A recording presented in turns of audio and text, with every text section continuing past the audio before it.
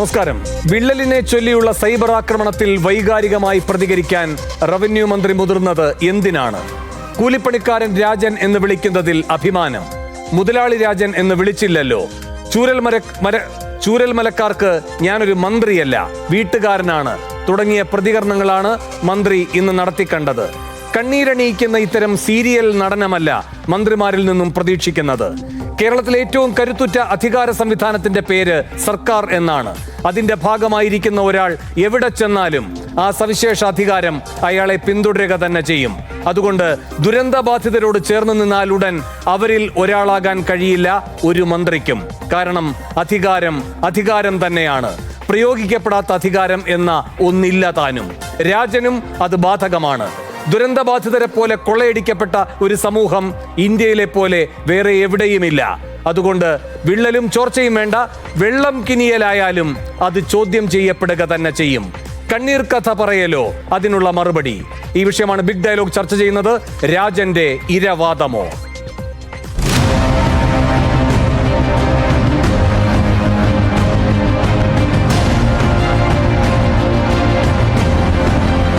ഞാൻ തുറന്നു പറയട്ടെ, ഒരു കൂലിപ്പണിക്കാരൻ രാജൻ എന്ന വാക്ക് കേൾക്കുമ്പോൾ ഈ പാർട്ടി ഓഫീസിൽ നിന്ന് പറയാം, എനിക്ക് ആത്മാഭിമാനം വർദ്ധിക്കുന്നതല്ലാതെ ഒരു തരി പോലും അത് കുറഞ്ഞിട്ടില്ല.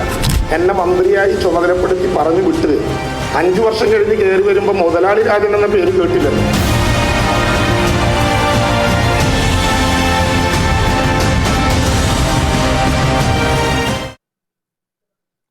ഈ വിഷയത്തിൽ പ്രതികരിക്കാൻ കോൺഗ്രസിൽ നിന്ന് രാജു പി നായർ, CPM-ൽ നിന്നും വയനാട് ജില്ലാ സെക്രട്ടറി കൂടിയായ കെ റഫീഖ്, കോൺഗ്രസ് സഹയാത്രികൻ N ശ്രീകുമാർ, ഇടത് സഹയാത്രികൻ M ജയചന്ദ്രൻ എന്നിവർ ബിഗ് ഡയലോഗിൽ തത്സമയം അതിഥികളായി പങ്കുചേരുന്നു.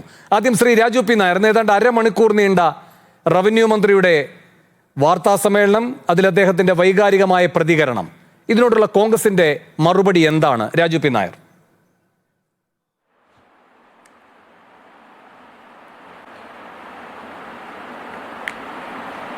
രാജു പി നായർ കേൾക്കാമോ? ഞാനൊന്ന് വെയിറ്റ് ചെയ്യാം. രാജു ആ ഹെഡ്സെറ്റ് വെക്കാനുള്ള സമയം കുറച്ച് എടുക്കുകയുള്ളൂ എന്ന് കരുതുന്നു. രാജു പി നായർ കേൾക്കാമോ? ഞാനൊന്ന് വെയിറ്റ് ചെയ്യാം.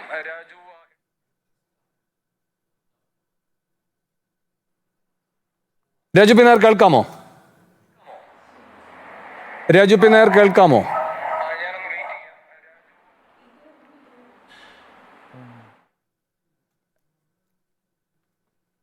റഫീഖിലേക്ക് പോകുന്നു. റഫീഖിന് കേൾക്കാമെന്ന് ഞാൻ കരുതുകയാണ്. റഫീഖിന് കേൾക്കാമോ? കേൾക്കാം. ശ്രീ റഫീഖ്, ഇത്ര വൈകാരികമായി റവന്യൂ മന്ത്രി പ്രതികരിക്കേണ്ട സാഹചര്യം എന്താണ്?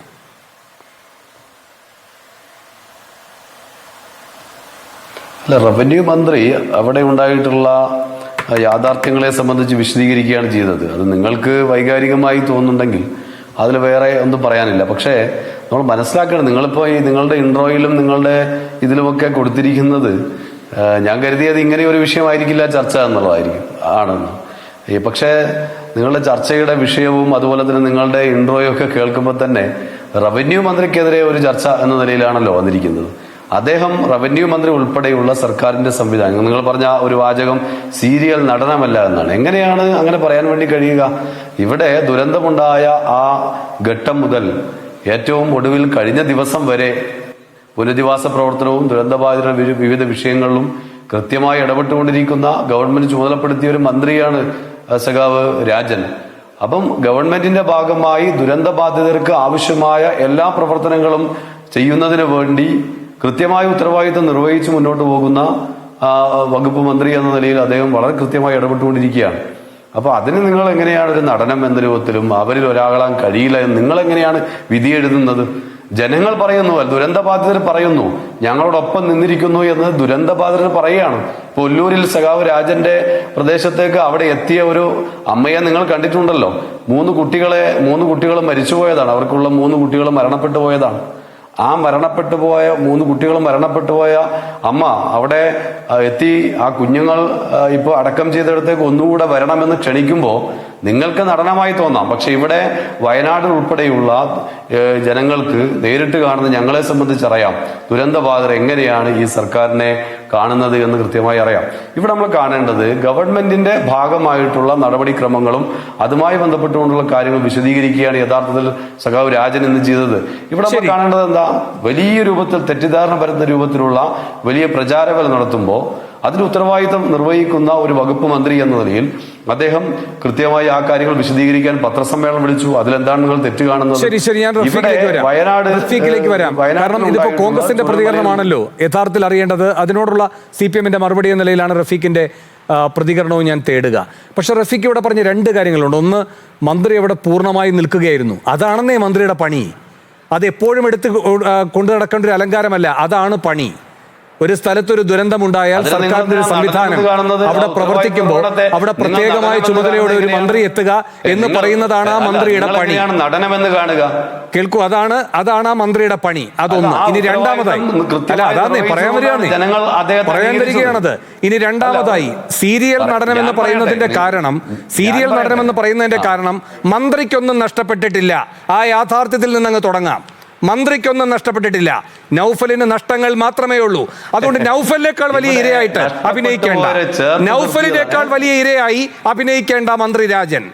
അതാണ് പ്രശ്നം. അതാണ് പറഞ്ഞത് നടനമെന്ന്. കേട്ടല്ലോ, അതാണ് നടനം. നിങ്ങൾ ചാനൽ മുറിയിൽ വർത്തമാനം പറയുന്ന നടനവും ആവശ്യമില്ല. ദുരന്തമായവർക്കറിയാം എന്താണെന്നുള്ളത്. നിങ്ങൾ അത്തരം വിമർശനങ്ങളൊക്കെ നടത്തിക്കോളൂ. വർത്തമാനം പറയുന്നത് അത്തരം വിമർശനങ്ങളൊക്കെ നടത്തിക്കോളൂ, കുഴപ്പമില്ല. ശ്രീ രാജു പി നായർ, റഫീഖിലേക്ക് വരാം. ശ്രീ രാജു പി നായർ, നിങ്ങൾ പറഞ്ഞ ശരി റഫീഖ്, എനിക്ക് അങ്ങയുടെ ഇച്ഛാഭംഗം മനസ്സിലാവുന്നുണ്ട്. അങ്ങ് വിചാരിച്ചത് ഇവിടെ ഞാനും അങ്ങും കൂടെ ചേർന്നിരുന്ന് താളം കൊട്ടുമെന്നാണ്. അങ്ങ് വിചാരിച്ചത് ഞാനും അങ്ങയും കൂടെ ചേർന്നിരുന്ന് താളം കൊട്ടുമെന്നാണ്. അതിനില്ല, ഒറ്റയ്ക്ക് താളം അടിച്ചാൽ മതി. ഒരു മിനിറ്റ് വരാം. താളം കൊട്ടിന്റെ ഭാഗമായി മുന്നോട്ട് പോകുന്നവരല്ല ഞങ്ങൾ. നിങ്ങൾ കുറെ കൊട്ടുകൾ കൊണ്ടിട്ട് തന്നെയാണ് ഇത് മുന്നോട്ട് പോയത്. നിങ്ങൾ ഉൾപ്പെടെയുള്ള പല മാധ്യമങ്ങളും വലിയ രൂപത്തിൽ തകർക്കാൻ ശ്രമിച്ചിട്ടുണ്ട്. കോൺഗ്രസിന്റെ പദ്ധതികൾ തകർക്കാൻ ശ്രമിച്ചിട്ടുണ്ട്. ആ കൊട്ടൊക്കെ ഏറ്റുവാങ്ങിയിട്ടും അതിനെയെല്ലാം അതിജീവിച്ചുകൊണ്ട് തന്നെ രാജ്യ മിനിസ്റ്റർ ആയാലും അതുപോലെ തന്നെ ഗവൺമെന്റ് ആയാലും ഈ നാടും ദുരന്തബാധിതരെ സംരക്ഷിച്ചിട്ടുള്ളത്. അതുകൊണ്ട് നിങ്ങളുടെ താരാട്ടുപാട്ട് കേട്ടി അത് ആസ്വദിക്കാൻ വന്നിരിക്കുന്നവരല്ല ഞങ്ങൾ. പക്ഷെ നിങ്ങൾ ഒരു വിഷയത്തെ ചർച്ച ചെയ്യുമ്പോൾ ഉത്തരവാദിത്ത ബോധത്തോടു കൂടി പറയണം. അല്ലാതെ നിങ്ങൾക്ക് വായിൽ തോന്നിയത് പറയാനല്ല ഇവിടെ. ഈ ടൗൺഷിപ്പിന്റെ ഉദ്ഘാടന സമയത്തെ ചർച്ചയും കൂടെ എടുത്ത് നോക്കണം. ടൗൺഷിപ്പിന്റെ ഉദ്ഘാടനം നടന്ന സമയത്തെ ചർച്ചയും ഒന്ന് എടുത്ത് കണ്ടാൽ മതി, അപ്പൊ മനസ്സിലാകും. അല്ല, എപ്പോഴും പുരസ്കാരങ്ങൾ കിട്ടുക, എപ്പോഴും അനുമോദനങ്ങൾ കിട്ടുക, അത് നിങ്ങൾക്കൊരു ശീലമായിരിക്കാം. അത് നിങ്ങളുടെ പ്രശ്നമാണ്. ഞാൻ വരാം, നമ്മൾ തമ്മിലുള്ള തർക്കമല്ല. ശരി. ശ്രീ രാജു പി നായർ, ഇവിടെ ഇത്രയും വൈകാരികമായി പ്രതികരിച്ച് സൈബർ ആക്രമണത്തിൽ ഏറ്റവും വലിയ ഇരയായി സ്വയം അവതരിപ്പിച്ച് അരമണിക്കൂർ ഒരു വാർത്താ സമ്മേളനം നടത്തി രാജൻ പോയത് എന്ത് പറഞ്ഞ് ഫലിപ്പിക്കാനായിരുന്നു?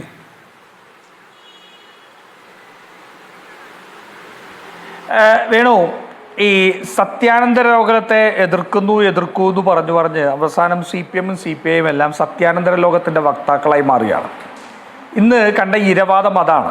എന്താണ് യഥാർത്ഥം? ഇപ്പോൾ അവിടെ അവരോടൊപ്പം നിന്ന് എത്ര മനുഷ്യരുണ്ട്. മന്ത്രി രാജൻ മാത്രമല്ലല്ലോ, ആ ദുരന്ത സമയത്ത് കൈമൈ മറിഞ്ഞ് അവരുടെ ജീവൻ പോലും പണയം വെച്ച് കാട്ടിനുള്ളിൽ നിന്നും അവശിഷ്ടങ്ങൾ വരെ എടുത്തുകൊണ്ട് വന്ന ഒട്ടേറെ മനുഷ്യരുണ്ട്. എത്രയോ നേതാക്കന്മാർ, മുഴുവൻ ആൾക്കാർ അവിടെയാണ്, പ്രതിപക്ഷ നേതാവ് ഉൾപ്പെടെ അവിടെ ഉണ്ടായിരുന്നു. ഞാൻ അതിലേക്കൊന്നും കിടക്കുന്നില്ല. അപ്പോൾ കൊണ്ട് ആ വാദമൊക്കെ നിരർത്ഥകമാണ്. ഒന്ന്.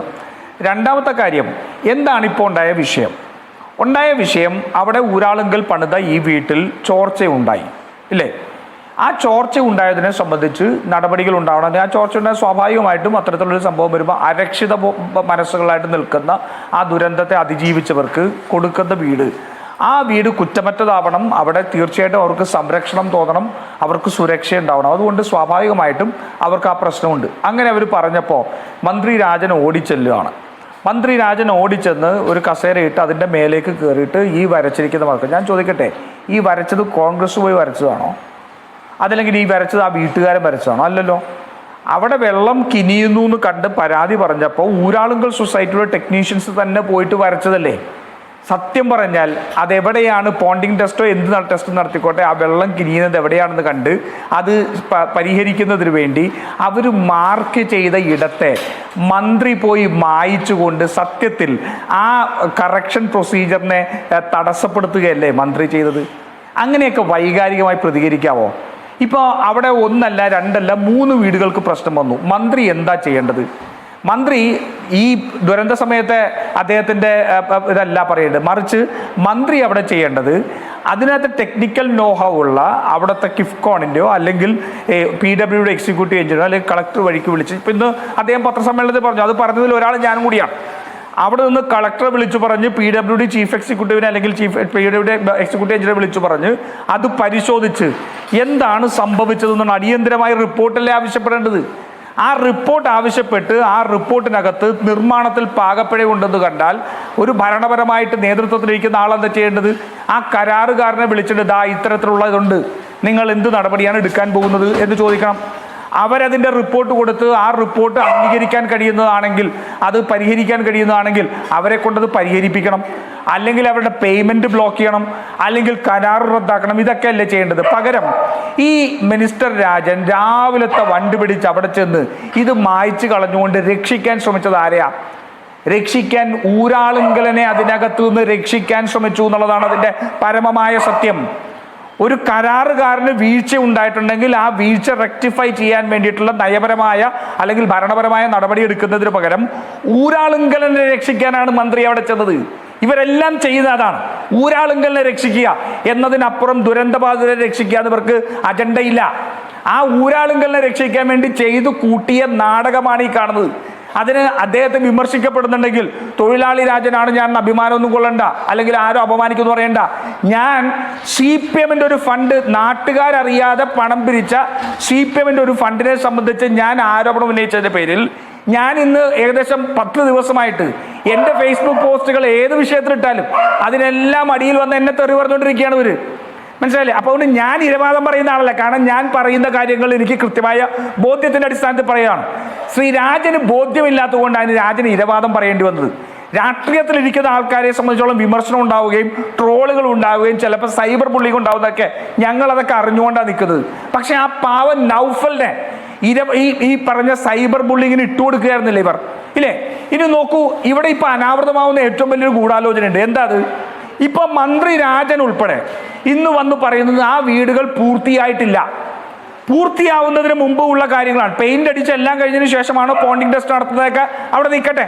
പെയിന്റ് അടിച്ച് എല്ലാം കഴിഞ്ഞതിന് ശേഷമാണ്. ഞാൻ ചോദിക്കട്ടെ, അപ്പൊ ഇതുവരെ പൂർത്തിയായിട്ടില്ല എന്ന് പറയുന്ന വീടുകൾ നിങ്ങൾ എന്തിനാണ് 1 മാസം മുമ്പ് മുഖ്യമന്ത്രിയെ കൊണ്ടുവന്ന് വലിയൊരു ഉദ്ഘാടന മഹാമഹം നടത്തി ആ താക്കോൽ കൈമാറിയത്? ശ്രീ റഫീഖ് ഉൾപ്പെടെ, റഫീഖ് പറയുമെന്ന് എനിക്ക് പറയാൻ പറ്റില്ല, പക്ഷേ ആ ഉദ്ഘാടനം നടക്കുന്നതിന് തലേ ദിവസം ഞാൻ അവിടെ ഉണ്ടായിരുന്നതാണ്. വിരലിലുണ്ടാവുന്ന വീടുകൾ മാത്രമാണെന്ന് തയ്യാറായിരുന്നത്, വിരലിലുണ്ടാവുന്ന വീട് എന്ന് മാത്രമല്ല ആ വീടിനകത്ത് ഞാൻ കയറിയതാണ്, അവിടുത്തെ ബാത്റൂമിനകത്ത് ഞാൻ കയറിയതാണ്. അവിടെ വെള്ളം പോലും ഉണ്ടായിരുന്നില്ല. ജനറേറ്റർ വെച്ചിട്ടാണ് ഇലക്ട്രിസിറ്റി പ്രവർത്തിപ്പിച്ചിരുന്നത്. മുഖ്യമന്ത്രി വരുമ്പോൾ ഉദ്ഘാടനം ചെയ്ത് കാണാൻ വേണ്ടിയിട്ട്, അവിടെ ലൈറ്റ് അലങ്കാരം നടത്താൻ വേണ്ടിയിട്ട്. ആ വീടുകൾ കൈമാറിയത് എന്തിനാണ്?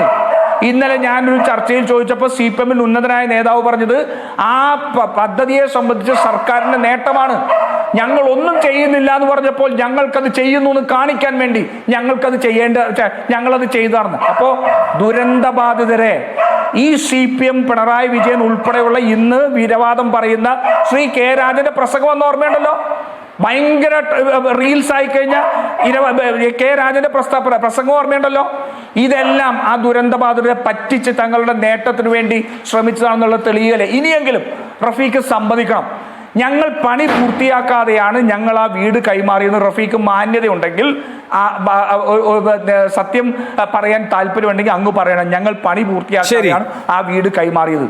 ഇവരെന്തിനാണ് പിണറായി വിജയന്റെ മുന്നിൽ കൊണ്ട് കുറെ പേരെ എഴുന്നള്ളിച്ച് അവിടെ കൊണ്ടേ ചെന്നിട്ട് അവര് മറ്റേ ഇതിന്, ഞാൻ എഴുന്നള്ളിച്ചെന്നുള്ള വാക്ക് ഞാൻ പിൻവലിക്കുകയാണ്, ഇനി അത് തെറ്റായി ധരിക്കേണ്ടെന്ന് വെച്ചിട്ടുണ്ട്, അത് ദുരന്തബാധിതരെ ഉദ്ദേശിച്ചിട്ടല്ല. അവരെ അവിടെ ചെന്ന് ഈ ഗൃഹപ്രവേശത്തിന് വിളിച്ചതെന്തിനാ? പൂർത്തിയാവാത്ത ബേസിക് അമ്യൂണിറ്റീസ് ഇല്ലാത്ത, കോമൺ അമ്യൂണിറ്റീസ് ഇല്ലാത്ത, വെള്ളമില്ലാത്ത വീട്ടില് ഇവർ ഇനി ജോൽസിനെ കൊണ്ട് ഗൃഹപ്രവേശനത്തിന് സമയം കൂടി നോക്കിച്ചിട്ടാണോ ചെന്നത് ചെയ്തത്? അത് ചോദിച്ചതിന്റെ പേരിലാണ് ഒരു വനിതാ മാധ്യമ പ്രവർത്തക ഇന്ന് രാജൻ പറഞ്ഞതിനേക്കാൾ വലിയ, രാജൻ അനുഭവിക്കുന്നതിനേക്കാൾ വലിയ രീതിയിൽ അവരുടെ കുടുംബത്തെ വരെ കൊണ്ട് അപമാനിക്കപ്പെട്ടത് ഇല്ലേ? അവരെ കൊണ്ടുപോലും ഈ നാടകം കളിപ്പിച്ചില്ലേ? എന്നിട്ട് എന്താ അഴിമതിയുടെ കൂത്തരങ്ങ്? 299 കോടി രൂപയ്ക്ക് എന്ത് പണിയാണ് ഊരാളുകളെ അവിടെ ഏൽപ്പിച്ചതെന്ന് മാസങ്ങളായി ചോദിക്കുന്നു. ഇതുവരെ ആ കരാർ പുറത്തുവിടാൻ തയ്യാറായിട്ടില്ല. എന്തു പണി? നിങ്ങൾ മാധ്യമപ്രവർത്തകർ മുഴുവൻ കണക്ക് കൂട്ടിയും കിഴിച്ചും എല്ലാം കഴിഞ്ഞിട്ട് ഞങ്ങൾക്ക് 299 കോടി എന്ന് പറയുന്ന സംഖ്യയിലേക്ക് എത്താൻ കഴിയുന്നില്ല എന്ന് പറഞ്ഞിരിക്കുക. എന്തുകൊണ്ട് സർക്കാർ ആ കരാർ പുറത്തേക്ക് വിടുന്നില്ല? ഊരാളുകളെ രക്ഷിക്കാൻ വേണ്ടി കെ രാജൻ കാണിച്ച അമിത വ്യഗ്രത എല്ലാത്തിന്റെയും പിന്നിൽ ഇതാണ്. ശരി, ശ്രീ റഫീഖ് മറുപടി, എന്നിട്ട് എനിക്ക് മറ്റതിഥികളിലേക്ക് പോകണം. അല്ല, ഞാൻ സംസാരിക്കാൻ നിങ്ങൾ സമയം അനുവദിക്കെങ്കിലേ ഞാൻ സംസാരിക്കുന്നുള്ളൂ. തീർച്ചയായിട്ടും നിങ്ങൾ വളരെ കൃത്യമായി കോൺഗ്രസ് പ്രതിനിധിക്ക് അദ്ദേഹത്തിന് പറയാനുള്ള മുഴുവൻ സമയം കൊടുത്തിട്ടുണ്ടല്ലോ. അപ്പോൾ ഇവിടെ ഒരു കാര്യം കോൺഗ്രസിന്റെ പ്രതിനിധി പറയുന്നത് കേട്ടു, അവരോടൊപ്പം നിന്നവരാണ് എല്ലാവരും എന്ന്. അവരോടൊപ്പം നാടാകെ നിന്നിട്ടുണ്ട്. പക്ഷേ കോൺഗ്രസ്സുകാർ അവരോടൊപ്പം നിൽക്കുകയല്ല, അവരുടെ പേരിൽ പണം പിരിച്ച് വലിയ തട്ടിപ്പ് നടത്തിയ കൊള്ളസംഘമായി മാറിയവരാ കോൺഗ്രസ്. ഇപ്പോ ഇന്നത്തെ ദിവസം എടുക്കുമ്പോൾ 586ാമത്തെ ദിവസമാണ് കോൺഗ്രസിന്റെ ആപ്പുണ്ടാക്കി പണം ശേഖരിച്ചിട്ട് 586 ദിവസമായി. ഇന്നെങ്കിലും അവിടെ ഒരു കുഴിയെങ്കിലും എടുത്തോ കോൺഗ്രസ് വാങ്ങിയെന്ന് പറയുന്ന സ്ഥലത്ത്? 30 വീട് യൂത്ത് കോൺഗ്രസ് പ്രഖ്യാപിച്ചിട്ട് ഇന്നത്തേക്ക് 618 ദിവസമായി. ഓഗസ്റ്റ് 2-നാണ് 30 വീട് പ്രഖ്യാപിക്കുന്നത്. എവിടെയാണ് വീട്? ആ വീടിനുള്ള തറയോ കുഴിയോ എങ്കിലും എടുക്കാൻ തയ്യാറായോ? അതുകൊണ്ട് ആരാണ് ദുരന്തബാധിതർക്കൊപ്പം നിന്നത് എന്നതെല്ലാം ജനങ്ങൾക്ക് ബോധ്യം. അത് പറയുമ്പോൾ കോൺഗ്രസ് പിരിച്ചതും പൊതുജനങ്ങളിൽ നിന്ന് പിരിച്ച പണമാണ്. ആ പണം ഇപ്പോഴും ഉപയോഗിച്ച് ഒരു വീടിലുള്ള കുഴി പോലും എടുക്കാത്തവരാണ് ഇത്തരത്തിലുള്ള വീരവാദം മുഴക്കുന്നത് എന്നത്, ഇത്തരത്തിലുള്ള പൊറാട്ട് നാടകത്തിന് വേണ്ടിയുള്ള ചുക്കാൻ പിടിക്കുന്നത് എന്നത് നമുക്ക് കാണണം. ഇവിടെ ഈ ടൗൺഷിപ്പുമായി ബന്ധപ്പെട്ടുകൊണ്ട് വളരെ കൃത്യമായി തന്നെ ഈ വിഷയം ഉയർന്നു വന്നപ്പോൾ ടൗൺഷിപ്പിന്റെ ഉദ്ഘാടനം എന്തിനു നടത്തി? ഇതാണല്ലോ ചോദിക്കുന്നത്. ഈ ദുരന്തബാധിതർ എന്ന് പറയുന്നത് എല്ലാം നഷ്ടപ്പെട്ടു പോയവരാണ്. അവർ ഒരു ദിവസം വന്ന് രാവിലെ ഏതെങ്കിലും ഒരു ദിവസം 1-2 ആളുകൾ വന്ന് ഒരു പ്രവേശനം നടത്തേണ്ടതല്ല ടൗൺഷിപ്പിലേക്ക്. പകരം ആഘോഷമായി നടത്തണം. സ്വാഭാവികമായിട്ടും ഇലക്ഷൻ പ്രഖ്യാപനത്തിലേക്ക് കടക്കാൻ പോകുന്നു. ആ ഘട്ടത്തിൽ സ്വാഭാവികമായിട്ടും ആ വലിയ ആഘോഷമായുള്ളൊരു പരിപാടി നടത്താതെ ഇലക്ഷൻ പ്രഖ്യാപിച്ചു കഴിഞ്ഞാൽ പ്രോട്ടോകോളിന്റെ ഭാഗമായി അത്തരത്തിൽ ഒരു പരിപാടി നടക്കാതെ വരും. അങ്ങനെ ഇലക്ഷൻ ഡേറ്റ് ഏതാന്നുള്ളത് നമ്മുടെ മുമ്പിൽ നേരത്തെ നമുക്ക് വ്യക്തതയില്ല, ഇത്ര വേഗം നടക്കും നമുക്ക് വ്യക്തതയില്ല. അങ്ങനെ വരുമ്പോൾ സ്വാഭാവികമായിട്ടും സംഭവിക്കുക ഈ ആളുകൾ അല്ലാതെ പ്രവേശിക്കേണ്ട അവസ്ഥയിലേക്ക് വരും. അപ്പൊ ആഘോഷമായി നടത്തണമെന്നുകൊണ്ടാണ് ദുരന്തബാധിതരോട് സംസാരിച്ചുകൊണ്ട് ചുരുക്കം ചില പണികൾ കൂടെ ബാക്കിയുണ്ട്, മിനുക്ക് പണികൾ പോലെയുള്ള ചില പണികൾ ബാക്കിയുണ്ട്. അവരുമായി സംസാരിച്ചുകൊണ്ടാണ് ആ കാര്യങ്ങൾ ചെയ്തത്. കുറെ വീടിന്റെ എല്ലാ വർക്കുകളും പൂർത്തിയായി. എന്നാൽ കുറച്ച് വീടുകളിൽ കുറച്ച് പണികൾ കൂടെ ബാക്കിയുണ്ട്, മിനുക്ക് പണികൾ പോലെയുള്ളത്. അത് അവരുമായി സംസാരിച്ച് അവരുമായി ധാരണയായതിനു ശേഷം ചെയ്ത ഉദ്ഘാടനമാണ്, പരിപാടിയാണ്. ദുരന്തബാധിതരെ ഒന്നിച്ച് പ്രവേശിക്കുന്നുള്ളൂ എന്ന് പറഞ്ഞത് ദുരന്തബാധിതരാണ്. കുറച്ചു പേർക്ക് വേണമെങ്കിൽ താമസിക്കാൻ കഴിയും, പക്ഷേ ദുരന്തബാധിതർക്ക് എല്ലാവർക്കും ഒരുമിച്ച് താമസിച്ചാൽ മതി, 178 പേർ കുടുംബങ്ങൾക്കും എന്ന് പറഞ്ഞുകൊണ്ടാണ് ആ നിലയിലേക്ക് മാറിയത്. ഇപ്പൊ ഇവിടെ ഉണ്ടായ വിഷയം എന്താ? 178 വീടുകളുമായി ബന്ധപ്പെട്ടുകൊണ്ടുള്ള അവസാനഘട്ട വർക്കിലേക്ക് നീങ്ങുകയാണ്. ഈ ഘട്ടത്തിൽ ഇവിടെ കോൺഗ്രസിന്റെ പ്രതിനിധി പറയുന്നൊരു കാര്യം എന്താ? അവിടെ പരാതി പറഞ്ഞപ്പോൾ അവിടെ കണ്ടെത്തിയെന്നാണ്. അങ്ങനെയല്ല, ഈ പോണ്ടിംഗ് ടെസ്റ്റിന്റെ ഭാഗമായി ULCC കണ്ടതാണ് ഈ 2 വീടുകളിലെ വിഷയം കണ്ടത്. അവിടെ ULCC വരഞ്ഞു വെച്ചതിൽ എന്താ മിനിസ്റ്റർ വന്ന് അവിടെ മായ്ക്കുന്ന സാഹചര്യം ഉണ്ടായി. എന്താ വരഞ്ഞതിനെ ചില ചാനലുകൾ എടുത്തു കാണിച്ചു, സൂം ചെയ്തു. അത് വിള്ളലുണ്ടായതാണ് എന്ന രൂപത്തിലാണ് പ്രചരിപ്പിച്ചത്. യഥാർത്ഥത്തിൽ ഒരു നനവ് ചെറിയ രൂപത്തിൽ വന്നതിനെ വലിയ വിള്ളലുണ്ടായി എന്ന രൂപത്തിൽ ചിത്രീകരിച്ചത് ഈ വരഞ്ഞതിനെ, മാർക്ക് ചെയ്തതിനെ കാണിച്ചുകൊണ്ടാണ്. അതാണ് മിനിസ്റ്റർ വന്ന് അവിടെ പൊളിക്കുന്ന സാഹചര്യം ഉണ്ടായത്. അതാണ് അതിലുണ്ടായിട്ടുള്ള കാര്യം. അതിനുശേഷം ഇവിടെ നമ്മൾ ഇതിന്റെ കൃത്യമായി മിനിസ്റ്റർ തന്നെ അന്നത്തെ ദിവസം തന്നെ മാധ്യമങ്ങളോട് വളരെ കൃത്യമായി വിശദീകരിച്ചു എന്താണ് ഇതിന്റെ നടപടിക്രമം. പോണ്ടിംഗ് ടെസ്റ്റ് നടത്തും, 24 മണിക്കൂർ അവിടെ വെള്ളം പിടിച്ച് പോണ്ടിംഗ് ടെസ്റ്റ് നടത്തും. അത് കഴിഞ്ഞാൽ എന്തെങ്കിലും അപാകതകൾ കണ്ടെത്തി കഴിഞ്ഞാൽ അപ്പോക്സി ട്രീറ്റ്മെന്റ് നടത്തും. അത് കഴിഞ്ഞാൽ വീണ്ടും ആ നിലയുള്ള വെള്ളം കെട്ടി നിർത്തി അതുമായി ബന്ധപ്പെട്ട മറ്റു കാര്യങ്ങൾ നോക്കും. അങ്ങനെ ചോർച്ച ഇല്ല എന്ന് കണ്ടതിന് ശേഷം വാട്ടർ പ്രൂഫിംഗ് നടത്തും. ഇതെല്ലാം വളരെ കൃത്യമായി പറഞ്ഞു. ഇങ്ങനെ വാട്ടർ പ്രൂഫിങ്ങും എല്ലാം ക്ലിയർ ചെയ്ത് നൽകിയതിന് ശേഷവും 5 വർഷക്കാലം ഈ ULCCക്ക് ഈ എന്തെങ്കിലും കംപ്ലൈന്റ് ഉണ്ടായാൽ അത് പരിഹരിക്കാനുള്ള പീരീഡായി 5 വർഷക്കാലം നിശ്ചയിക്കുന്നുണ്ട്. ഇതെല്ലാം വളരെ കൃത്യമായി മിനിസ്റ്റർ വ്യക്തമാക്കിയിട്ടുണ്ട്. അങ്ങനെ വ്യക്തമാക്കിയതിന് ശേഷവും അദ്ദേഹത്തെയും ഈ വിഷയത്തെയും വീണ്ടും കൊണ്ടുപോകുമ്പോൾ അത് വിശദീകരിക്കാൻ അദ്ദേഹം പത്രസമ്മേളനം നടത്തിയത് എന്തിനാണ് നിങ്ങൾ ഇത്തരത്തിൽ വേവലാതിപ്പെടുന്നത്? ഇവിടെ അദ്ദേഹത്തിനെതിരെ നടത്തിയ വലിയ രൂപത്തിലുള്ള ആക്ഷേപങ്ങളും സോഷ്യൽ മീഡിയ നടത്തിയ പ്രചാരവേലയും നിങ്ങൾ എന്താ കാണാത്തത്? വലിയ രൂപത്തിൽ അദ്ദേഹം കൂലിപ്പണിക്കാരനാണ്, അതൊരു ആക്ഷേപമായി ഞങ്ങൾ കാണുന്നില്ല. പക്ഷേ ആക്ഷേപിക്കാൻ വേണ്ടിയുള്ള അർത്ഥത്തിലാണല്ലോ കിളി നമ്മൾ പ്രിവിലേജിനെ പ്രിവിലേജായി തന്നെ കാണണം. നൗഫലിനേക്കാൾ പ്രിവിലേജ്ഡ് ആണ് രാജൻ. നൗഫലിന് സൈബർ ആക്രമണം നേരിടുന്നതും രാജന് സൈബർ ആക്രമണം നേരിടുന്നതും 2 രൂപത്തിലാണ് നാം കാണേണ്ടത്. ഇന്നിപ്പോൾ റവന്യൂ മന്ത്രിക്ക് വാർത്താ സമ്മേളനം വിളിക്കാൻ കഴിയുന്നു. കേരളമാകെ കേൾക്കുന്ന രൂപത്തിൽ അദ്ദേഹത്തിന്റെ ഭാഗം അദ്ദേഹത്തിന് പറയാൻ കഴിയുന്നു. അത് ഏതാണ്ട് മുഴുവൻ സമയവും മാധ്യമങ്ങൾ കൊടുക്കുന്നു. അത് പ്രിവിലേജാണ്. എതിരെ വരുന്ന സ്വാഭാവികമായ ചോദ്യമുണ്ട്, ഇതിന് നൗഫലും അർഹനാണ്. ഇനി ഒരു കാര്യം കൂടി റഫീഖെ, ഒരു കാര്യം കൂടി, നൗഫലിനെ പോയൊന്ന് കാണണ്ടേ? നൗഫലിനെ പോയൊന്ന് കാണണ്ടേ റഫീഖെ? ഈ 8ാമത്തെ ഈ പറയുന്ന ഒറ്റ സെക്കൻഡ് ഫേസ് 1-ലെ 8ാമത്തെ അതിനോടനുബന്ധിച്ചുള്ളതാണ് 8ാമത്തെ ഈ നമ്പർ ഇട്ടിരിക്കുന്ന വീട് എന്ന് പറയുന്നതിന്റെ ഇപ്പോഴത്തെ ഉടമസ്ഥൻ നൗഫലാണ്, രാജനല്ല. നൗഫലാണ്.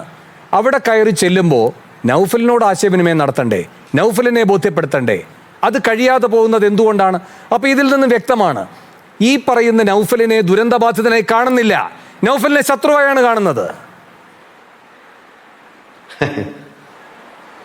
അല്ല, ഒരു നിമിഷം, നിങ്ങൾക്ക് നിങ്ങളുടെ വ്യാഖ്യാനത്തിനനുസരിച്ച് എന്ത് വേണം വ്യാഖ്യാനിക്കാം. ഇവിടെയുള്ള വിഷയം എന്ന് പറയുന്നത് ശ്രീ നൗഫലിനെ ആരെങ്കിലും ഉത്തരവാദിത്തപ്പെട്ട ആരെങ്കിലും ആ നിലയിൽ ഒരു പ്രതികരിച്ചായി നിങ്ങൾ കണ്ടിട്ടുണ്ടോ? ഇവിടെ രാജമിനിസ്റ്റർക്ക് നേരെ അദ്ദേഹത്തിനെതിരെ അങ്ങനെ ഒരു സോഷ്യൽ മീഡിയയിൽ നടക്കുന്ന പറയട്ടെ, ഞാൻ പറയാം, അദ്ദേഹത്തിനെതിരെ സോഷ്യൽ മീഡിയയിൽ അങ്ങനെ എന്തെങ്കിലും നടക്കുന്നുണ്ടെങ്കിൽ അത് ഗുണകരമായ കാര്യമെന്ന് പറയുന്നവരല്ല ഞങ്ങൾ. ദുരന്തബാധിതരെ എല്ലാവരെയും ചേർത്ത് നിർത്തുന്നവരാണ് ഞങ്ങൾ. പക്ഷേ ഇവിടെ രാജമിനിസ്റ്റർക്കെതിരെ ഇത്തരത്തിലുള്ള തെറ്റായ കാര്യങ്ങൾ പറയുന്നത് ആരാണ്? പ്രതിപക്ഷ നേതാവ് പറയുന്നു, ചാണ്ടി ഉൾപ്പെടെയുള്ള ആളുകൾ പറയുന്നു, ഉത്തരവാദിത്തപ്പെട്ട കോൺഗ്രസ് നേതാക്കന്മാരാണ് പറയുന്നത്. എന്റെ ചോദ്യമോട് അപ്പോഴും ബാക്കിയുണ്ട്. പിന്നെ അവിടെയുള്ള ഈ പറയുന്ന വിഷയം ഞാൻ പറയട്ടെ, ഞാനതാ പറയുന്നത്. നിങ്ങൾ പറയാൻ അനുവദിക്കാതെ ചോദ്യം ബാക്കി എന്ന് പറഞ്ഞ കാര്യമില്ലല്ലോ. നിങ്ങൾ കോൺഗ്രസിന്റെ പ്രതിനിധി പറയുമ്പോൾ നിങ്ങൾ വർത്തമാനം പറഞ്ഞില്ലല്ലോ. ഞങ്ങൾ വിളിച്ചിരുത്തേണ്ട കാര്യമുണ്ടോ? നിങ്ങൾക്ക് രാജൻ നൗഫൽ സൈബർ ആക്രമണത്തിന് വിധേയമാകുന്നു, രാജൻ സൈബർ ആക്രമണത്തിന് വിധേയമാകുന്നു. രണ്ടും 2 തരത്തിലാണ്. താങ്കൾ ശ്രീ വേണു താങ്കൾ വിളിച്ചിട്ടാണ് ഞങ്ങൾ ഇവിടെ വന്നത്. താങ്കളിന്റെ ചാനൽ വിളിച്ചിട്ടാണ് ഞങ്ങൾ വന്നത്. ഞങ്ങൾ പറയുമ്പോൾ നിങ്ങൾക്ക് അസഹിഷ്ണുതപ്പെടുന്നത് എന്തിനാ? നിങ്ങൾക്ക് കോൺഗ്രസിന്റെ പ്രതിനിധി പറയുമ്പോൾ എന്തേ നിങ്ങളുടെ വീട് എന്തായി എന്ന് ചോദിക്കാൻ തോന്നാത്തത് എന്താ? തോന്നിയിട്ടില്ലല്ലോ. അതുകൊണ്ട് ഞാൻ പറയട്ടെ, ഇവിടെ ഈ വിഷയവുമായി ബന്ധപ്പെട്ടുകൊണ്ട് ഇവിടെയുള്ള വിഷയം എന്താ? ഈ കാര്യത്തിൽ വളരെ കൃത്യമായി തന്നെ ഗവൺമെന്റ് ആദ്യഘട്ടം മുതൽ ഈ അവസാന ഘട്ടം വരെ കൃത്യമായി ഇടപെട്ടിട്ടുണ്ട്. അതുമായി ബന്ധപ്പെട്ടുകൊണ്ട് ഇവിടെ മാധ്യമങ്ങളോട് ആണ് ഈ പറയുന്ന ശ്രീ നൗഫൽ എന്ന് പറയുന്ന അദ്ദേഹം പരാതി പറഞ്ഞത്. മാധ്യമങ്ങളോടാണ്, മന്ത്രിയോടോ അല്ലെങ്കിൽ ഉത്തരവാദിത്തപ്പെട്ട സംവിധാനത്തോടോ അല്ലല്ലോ. അവര് ഉത്തരവാദിത്തപ്പെട്ട സംവിധാനത്തോട് നൗഫൽ പറഞ്ഞപ്പോ ആ നൗഫലിനോട് തന്നെ കൃത്യമായി ഇതെല്ലാം ULCCയുമായി ബന്ധപ്പെട്ട ആളുകൾ വിശദീകരിച്ചിട്ടുണ്ട്. അവിടെ മാധ്യമങ്ങൾ ഈ ചോദ്യം ചോദിച്ചപ്പോൾ അവിടെ വന്ന് തന്നെ കൃത്യമായി വിശദീകരിച്ചിട്ടുണ്ട്. അങ്ങനെ കൃത്യമായി ഈ കാര്യങ്ങൾ നൗഫൽ ഉൾപ്പെടെയുള്ള എല്ലാ ദുരന്തബാധിതരായ ആളുകൾക്കും ടൗൺഷിപ്പിൽ താമസിക്കാൻ വരുന്നവർക്കും ബോധ്യമാവുന്ന നിലയിൽ മാധ്യമത്തിലൂടെ എന്താണ് ടൗൺഷിപ്പിൽ വരുന്ന കാര്യങ്ങളിൽ ചെയ്യാൻ പോകുന്നത് എന്ന് കൃത്യമായി മന്ത്രി വ്യക്തമാക്കിയതല്ലേ. ഇങ്ങനെ എന്തെങ്കിലും അപാകത ഏതെങ്കിലും 178 വീട്ടിൽ 2 വീടുകളിലാണ് ഈ ചെറിയ വിഷയങ്ങൾ വന്നത്. ആ വിഷയത്തിൽ തന്നെ എല്ലാ അപാകതകളും പരിഹരിച്ചുകൊണ്ട് മുന്നോട്ട് പോകും. അത് ഗവൺമെന്റിന് ഉറപ്പാണ് എന്ന് കൃത്യമായി അവിടെ പറയുന്നു. ശരി റഫീഖ്, ഇപ്പോഴും ഞാൻ ഇടവേളയ്ക്ക് പോകണം. ഇപ്പോഴും മന്ത്രിയും നൗഫലും 2 തലത്തിലാണ്. മന്ത്രി പ്രിവിലേജ്ഡ് ആണ് എന്ന് പറയുന്ന കാര്യത്തിൽ അങ്ങയുടെ മറുപടിയില്ല. നൗഫലിനോട് മന്ത്രി ഒരു വട്ടം പോലും സംസാരിച്ചില്ല എന്നതിൽ അങ്ങേക്ക് മറുപടിയില്ല. ഇന്നും വാർത്താ സമ്മേളനം അവസാനിപ്പിക്കുമ്പോൾ ഒരു മേമ്പൊടി എന്ന നിലയിൽ മാത്രം പറഞ്ഞു, അയ്യോ നൗഫലിനെയും ആക്രമിക്കരുതേ, സൈബർ ആക്രമണം ഒരാൾക്കെതിരെയും ഉണ്ടാകരുതേ എന്ന ഒരു പൊതു പ്രസ്താവന നടത്തി.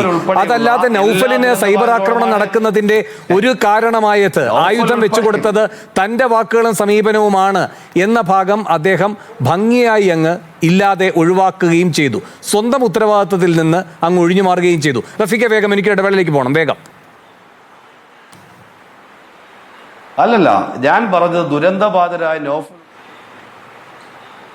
പറഞ്ഞോളൂ. ഉൾപ്പെടെയുള്ള ആളുകൾ പരസ്യമായി കാര്യങ്ങൾ വിശദീകരിച്ചത്. എല്ലാവരോടും എന്താണ് ഇതിലെ നടപടിക്രമം എന്ന് കൃത്യമായി വിശദീകരിച്ചിട്ടുണ്ട്. ബന്ധപ്പെട്ട അധികൃതർ എന്ന നിലയിൽ അവിടെ ULCCന്റെയും കിഫ്കോണിന്റെയും എല്ലാം ഭാഗമായ ആളുകൾ നൗഫൽ സംസാരിച്ചപ്പോൾ നൗഫലിനോടും അവർ സംസാരിച്ചിട്ടുണ്ട്.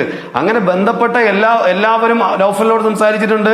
മന്ത്രി പൊതുവായി ഇതിൽ നടത്താൻ പോകുന്ന കാര്യങ്ങൾ കൃത്യമായി പറഞ്ഞിട്ടുമുണ്ട്. ഇവിടെയുള്ള വിഷയം എന്ന് പറയുന്നത് കോൺഗ്രസ് വാങ്ങി എന്ന് പറയുന്ന സ്ഥലത്ത് ഒരു തരി മണ്ണ് അതിലേക്ക് വരാം റഫീഖ്, അതിലേക്ക് വരാം. എന്തായാലും ഇന്ന് രാജൻ പറയുകയുണ്ടായി, നിശ്ചയമായും ചോദിക്കാം, അല്ല നമ്മളതൊക്കെ ചർച്ച ചെയ്തതുമാണ് കഴിഞ്ഞ ദിവസങ്ങളിൽ. എന്തായാലും 178 കുടുംബങ്ങളെയും നേരിട്ടറിയാം എന്ന് ഇന്ന് മന്ത്രി രാജൻ പറയുന്നുണ്ടായിരുന്നു. ആ 178 കുടുംബത്തിലെ ഒരാളാണ് സാർ നൗഫൽ. മന്ത്രി രാജനോടാണ്, റഫീഖിനോടല്ല. ആ 177 പേരെ കാണുക, ഒരാളെ ഒഴിവാക്കി നിർത്തുക എന്ന സമീപനം പുലർത്തിയിട്ട് പിന്നെ 178 പേരെയും കുടുംബത്തെയും എനിക്കറിയാം എന്ന് പറയുന്ന വാക്കുകൾക്ക് നാട്യത്തിന്റെ മാത്രം സ്വഭാവമാണ്. പിന്നെ ഇവിടെ റഫീഖ് പറയുണ്ടായി 2 വീട് എന്ന്. 2 വീടല്ല, 3 വീടുകൾ കൊണ്ട് പ്രശ്നം. അത് വലുതാണോ അല്ലയോ എന്നതല്ല, അതിലൂടെ പുറത്തേക്ക് വരാൻ പോകുന്ന പുതിയ കാര്യങ്ങളുണ്ട്. സർക്കാർ ഉത്തരം പറയേണ്ടത്. അതിലേക്കാണ് രാജുവും വിരൽ ചൂണ്ടിയത്. ULCCക്ക് എങ്ങനെ ഈ ഏകപക്ഷീയമായ കരാർ കിട്ടി? ഇങ്ങനെ ഉയർന്ന തുക എങ്ങനെ അവർക്ക് അനുവദിക്കപ്പെട്ടു? അതിൽ സ്പ്ലിറ്റ് ആയിട്ടുള്ള കണക്കുകൾ എത്രമാത്രം ഉണ്ട്? ഇതിലെ സുതാര്യതയാണ് ചോദ്യം ചെയ്യപ്പെടുക. അതിന് കിട്ടിയ അവസരമാണ് ഈ വെള്ളം കിനിയൽ. അതിലൂടെ ബാക്കി എന്തൊക്കെ കിനിഞ്ഞിറങ്ങും എന്നതാണ് കേരളം ഇനി ചോദിക്കാൻ പോകുന്നത്. ഞാൻ ഇടവേളയിലേക്ക് പോകുന്നു. ഇടവേളയ്ക്ക് ശേഷം മറ്റ് അതിഥികളിലേക്ക് റഫീഖ് തുടരണമെന്ന് അഭ്യർത്ഥിക്കുന്നു.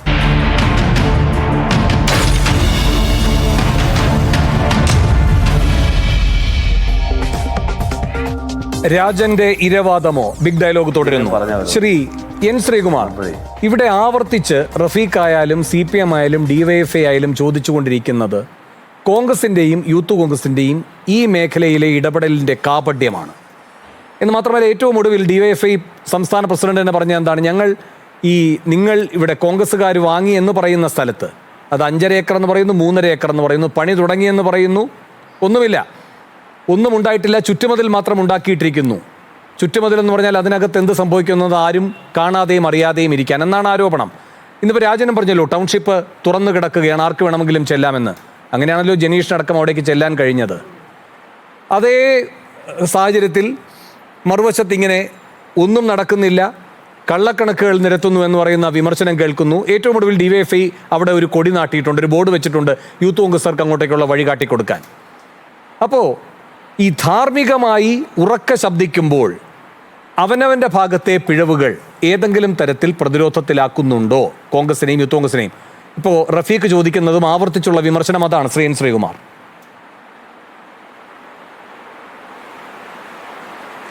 നോക്കൂ ശ്രീ വേണു, നമ്മൾ ഈ കഴിഞ്ഞ തെരഞ്ഞെടുപ്പ് കാലത്ത് CPM ഏറെ ഉയർത്തിക്കൊണ്ടുവന്ന ഒരു ആരോപണമാണ് ചൂരൽമല മുണ്ടകൈ അവിടെ കോൺഗ്രസ് പണിത വീട് എന്തായി, പിരിച്ച കാശ് മുക്കിയോ എന്നൊക്കെ നിരന്തരം അവർ ചോദിച്ചുകൊണ്ടിരുന്നു.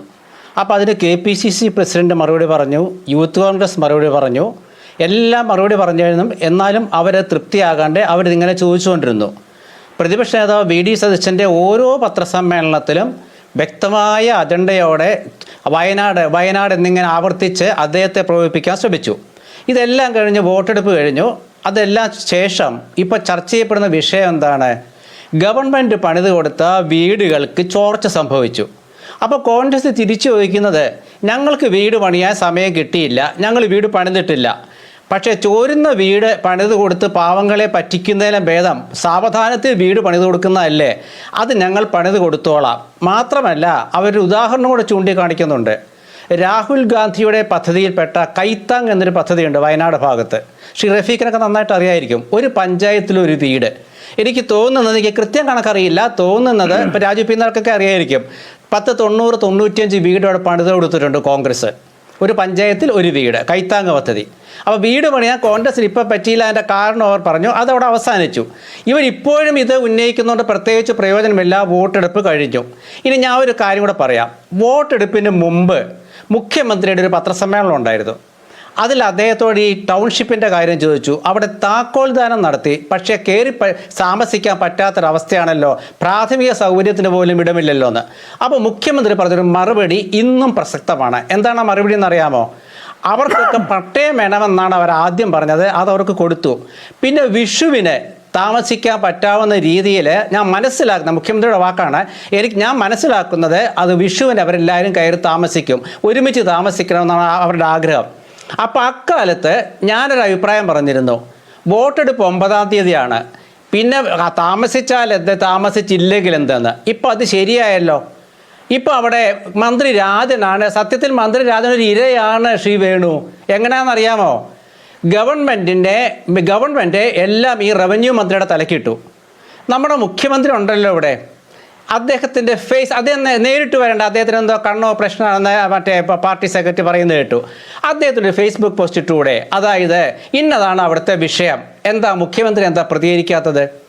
ഈ റഫീഖിൻ്റെ പാർട്ടിയുടെ സംസ്ഥാന സെക്രട്ടറിയോ റഫീഖോ അല്ലെ മന്ത്രി രാജനോ പ്രതികരിക്കുന്നതിനേക്കാൾ മുഖ്യമന്ത്രിയുടെ പ്രതികരണം വന്നാൽ അത് കൃത്യമായിട്ട് അവിടുത്തെ ജനങ്ങൾക്ക് മനസ്സിലാവും എന്താണ് സംഭവിച്ചത്.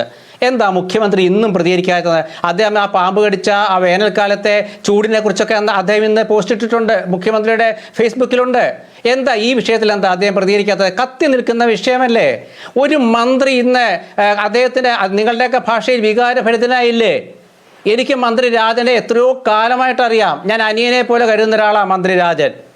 അദ്ദേഹത്തിൻ്റെ അബദ്ധം പറ്റിയെന്ന് ഞാൻ പറയുള്ളൂ. കാരണം ഇങ്ങനെ ഒരു പെൻസിൽ മാർക്ക് എന്ന് പറഞ്ഞ പാർട്ടി പത്രത്തിൽ, CPM-ൻ്റെ പത്രത്തിൽ ഒരു വാർത്ത വരുമ്പോൾ അദ്ദേഹം അവിടെ ഓടിച്ചെന്ന് അദ്ദേഹം അത് കാണിച്ച് അതിനുശേഷമാണ് ഈ വിമർശനം ഉണ്ടായത്.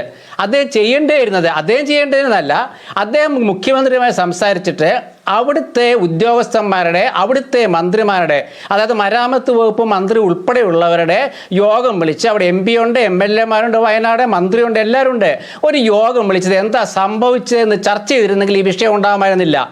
വേണു ഈ ചർച്ചയിൽ ശ്രീ റഫീഖിനോട് ഒരുപാട് ചോദ്യങ്ങൾ ചോദിച്ചു. അദ്ദേഹം പ്രകോപിതനായി. എന്താ പ്രകോപിതനാവാൻ കാരണം?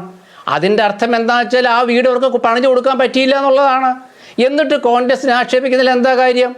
അപ്പോൾ വേണു പറഞ്ഞ ആ ഉത്തരം അവിടെ നിൽക്കുകയാണ്.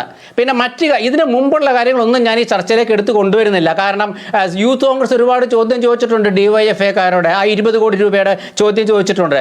അതുപോലെ തന്നെ കോൺഗ്രസ് ചോദിച്ചിട്ടുണ്ട് ഈ ഊരാളുകളിൽ കൊടുത്ത കരാറിനെ കുറിച്ച്, പിരിച്ച ഗവൺമെൻറ്റിന് കിട്ടിയ 288 കോടി രൂപയിലെ ബാക്കി തുക എവിടെ നിന്നൊക്കെ ചോദിച്ചിട്ടുണ്ട്. അതൊന്നും ഞാൻ ചർച്ചയാക്കുന്നില്ല, കാരണം ഞാൻ രാഷ്ട്രീയ പാർട്ടിയുടെ പ്രതിനിധി അല്ലാത്തതുകൊണ്ട്. പക്ഷേ എനിക്ക് ചോദിക്കാനുള്ള കാര്യം, എന്താണ് മുഖ്യമന്ത്രി മിണ്ടാത്തത്? എന്താണ് മുഖ്യമന്ത്രിക്ക് അഭിപ്രായം പറഞ്ഞുകൂടെ? ശ്രീ രാജൻ അദ്ദേഹം വൈകാരികമായി പറഞ്ഞ അതേ ഒരു കാര്യം പറഞ്ഞു, ഞാൻ കൂലിപ്പണിക്കാരൻ എന്ന് വിളിച്ചത്, അദ്ദേഹത്തെ കൂലിപ്പണിക്കാരെന്ന് ആരെങ്കിലും വിളിച്ചോ? ഞാൻ കേട്ടിട്ടില്ല. കുറേ കാലമായി നമ്മുടെ നാട്ടിൽ കേൾക്കുന്ന ഒരു പരിഹാസമാണ് ഈ രാജൻ കൂലിപ്പണി രാജൻ എന്നുള്ളത്. അത് തൃശ്ശൂർ പൂരത്തിലെ എക്സിബിഷൻ ഗ്രൗണ്ടിൽ പണ്ട് ഉണ്ടായിരുന്ന ഒരു അനൗൺസ്മെൻറ്റുമായി ബന്ധപ്പെടുത്തിയുള്ള ഒരു ടോൺ പോലെ എനിക്ക് തോന്നിയത്. കുറേ കാലമായി കേൾക്കുന്നു. അല്ലാണ്ട് രാജനെ ആരും കൂലിപ്പണിക്കാരെന്ന് വിളിച്ചിട്ടില്ല. അന്നത്തെ അതിലത്തെ പേരും രാജൻ എന്നാണ് ഞാൻ കുറേ കാലമായിട്ട് കേൾക്കുന്നത്. അപ്പോൾ അതിൽ ഞാൻ രാജനെ കൂലിപ്പണിക്കാരനാണെന്നൊന്നും ആരും പറഞ്ഞിട്ടില്ല. പക്ഷേ രാജനെന്ന് പറഞ്ഞൊരു വാക്കുണ്ട്, ഞാൻ മുതലാളി രാജനാണ് എന്ന് കേൾപ്പിക്കാതെ ഞാൻ ഇറങ്ങിപ്പോന്നല്ലോ എന്ന്. ഇത് പറയുമ്പോൾ വേറെ ചില ദുസൂചന അവിടെ മറ്റുള്ളവർ കാണും. ഏത് കമ്മ്യൂണിസ്റ്റുകാരനാണ് മുതലാളി എന്ന പേര് കേട്ട് ഇറങ്ങാൻ പോകുന്നത് എന്നൊരു സംശയം ജനങ്ങൾക്കിടയിൽ ഉണ്ടായിട്ടുണ്ട്. ഇപ്പം കാരണം കമ്മ്യൂണിസ്റ്റ് പാർട്ടികളിൽ ഏത് നേതാവ് ഭരിച്ചാലും ശരി, ഇറങ്ങിപ്പോകുമ്പോൾ മുതലാളി നിന്നേവരാരും പറഞ്ഞിട്ടില്ല.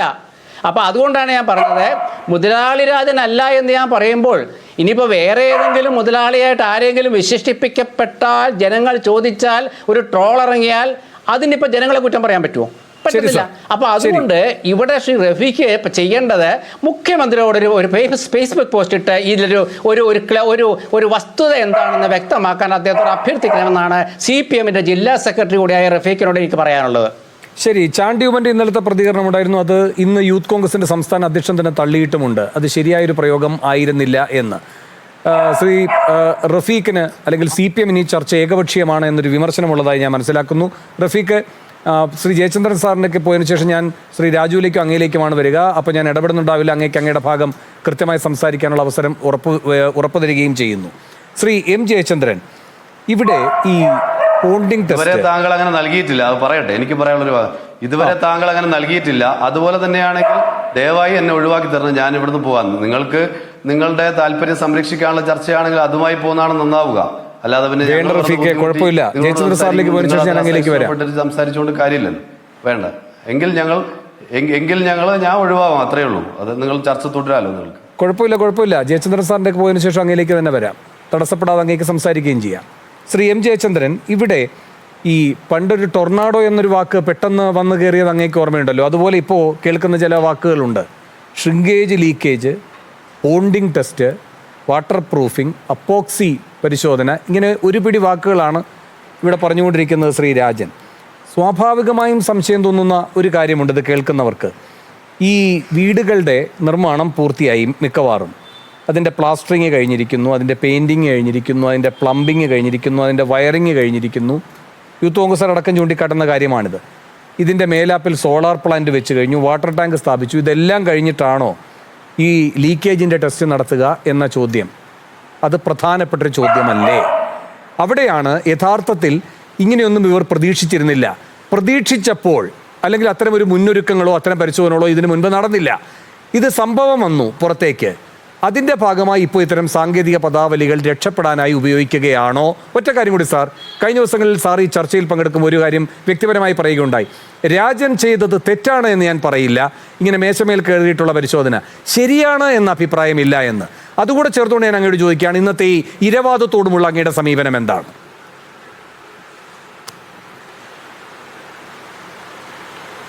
അല്ല, ഞാൻ പറഞ്ഞത് പിന്നെ തെറ്റാണെന്ന് ഞാൻ പറയില്ല, രാജൻ ചെയ്തതെന്ന് ഞാൻ പറഞ്ഞു. ശരിയുടെയും തെറ്റിൻ്റെയും പ്രശ്നമല്ല, അതിലൊരു അനൗചിത്യം ഞാൻ കാണുന്നുണ്ട് എന്നാണ് ഞാൻ പറഞ്ഞത്. ശരിയായില്ല എന്ന് ഞാൻ പറയില്ല എന്നല്ല പറഞ്ഞത് കേട്ടോ. ശരി, അത് ഞാനത് ഇന്നലെ ഒരു ചർച്ചയിൽ ഞാൻ അങ്ങനെ പറഞ്ഞിരുന്നു, അതാണ് പറഞ്ഞത്. ഇനി താങ്കൾ ചോദിച്ച ചോദ്യത്തിലേക്ക് സ്ട്രെയിറ്റ് വന്നാൽ ഏറ്റവും നന്നാവുക ശ്രീ വേണു, ഈ ഇതുമായി ബന്ധപ്പെട്ട് ഇപ്പം പറയുന്ന താങ്കൾ പറഞ്ഞ രാജൻ്റെ ഇരവാദം എന്ന ആ പ്രയോഗമടക്കമുള്ള കാര്യങ്ങളിൽ ഏറ്റവും ശ്രദ്ധേയമായി തോന്നിയ ഒരു പ്രതികരണം കേരളം ശ്രദ്ധിച്ചത് ബിഗ് ടി വിയുടെ തന്നെ വയനാട് ലേഖകൻ സുർജിത്തിൻ്റെയാണ്, സുർജിത്ത് അയ്യപ്പത്തിൻ്റേത്. അദ്ദേഹം ഒരു ഫേസ്ബുക്ക് പോസ്റ്റ് ഇട്ടിട്ടുണ്ട്, ഇപ്പോഴും അത് ഉണ്ടല്ലോ.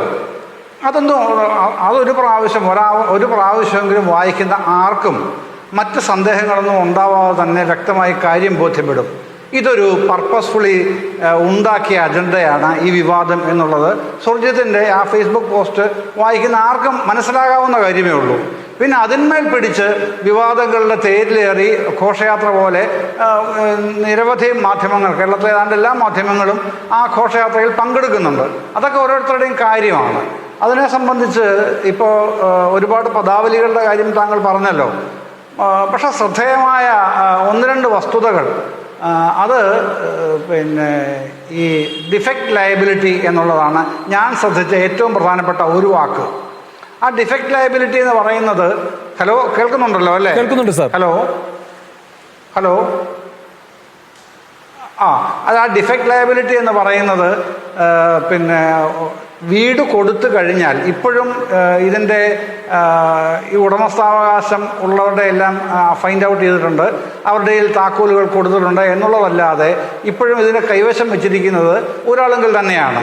ഊരാളുങ്കൽ ഇത് കൈമാറി കഴിയുമ്പോൾ ആ താമസിക്കുന്ന ദിവസം മുതൽ 5 വർഷത്തേക്കാണ് ഡിഫക്റ്റ് ലയബിലിറ്റി വരുന്നത്.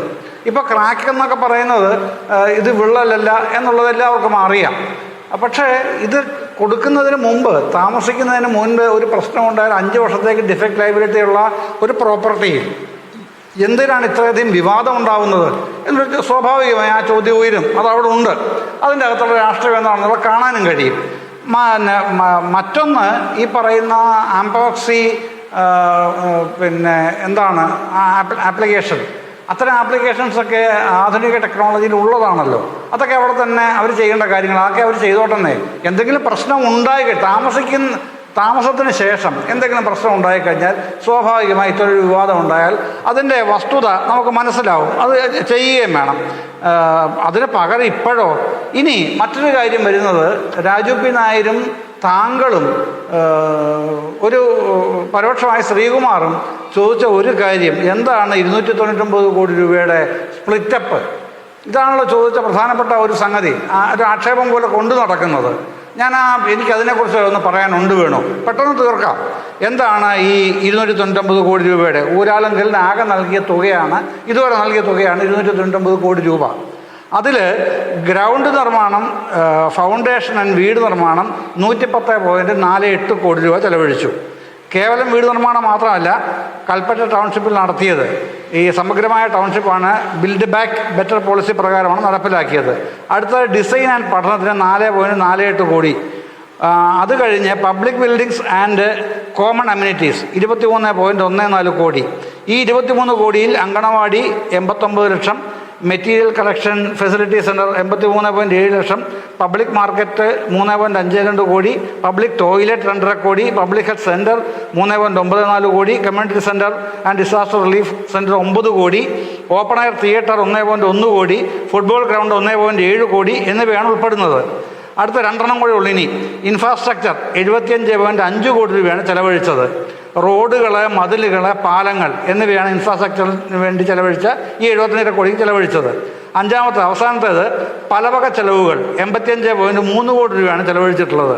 അതിൽ check dam, substation, street light, cabling, solar fencing, landscaping, പിന്നെ ജിമ്മ്, അതിൻ്റെ മറ്റ് ഉപകരണങ്ങൾ, കോമ്പൗണ്ട് വാള്, ഇൻ്റർലോക്ക്, മെമ്മോറിയൽ ഫലകം ഉൾപ്പെടെ ഉള്ളതിനാണ് ഈ പറയുന്ന 85.3 കോടി. ഇതടക്കമാണ് 299 കോടി രൂപ ചെലവഴിച്ചിരിക്കുന്നത്. അതാണ് സ്പ്ലിറ്റപ്പിൻ്റെ വ്യക്തമായ കണക്ക്.